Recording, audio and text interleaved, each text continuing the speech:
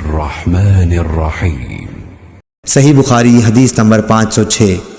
موسیٰ بن عقبہ نے نافع سے روایت کیا ہے کہ عبداللہ بن عمر رضی اللہ تعالی عنہ جب کعبے میں داخل ہوتے تو سیدھے منہ کے سامنے چلے جاتے، دروازہ پیٹھ کی طرف ہوتا اور آپ آگے بڑھتے۔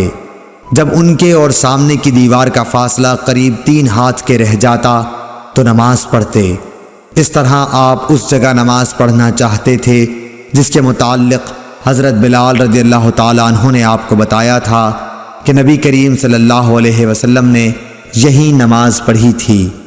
آپ فرماتے تھے کہ بیت اللہ میں جس کونے میں ہم چاہیں نماز پڑھ سکتے ہیں، اس میں کوئی قباحت نہیں ہے۔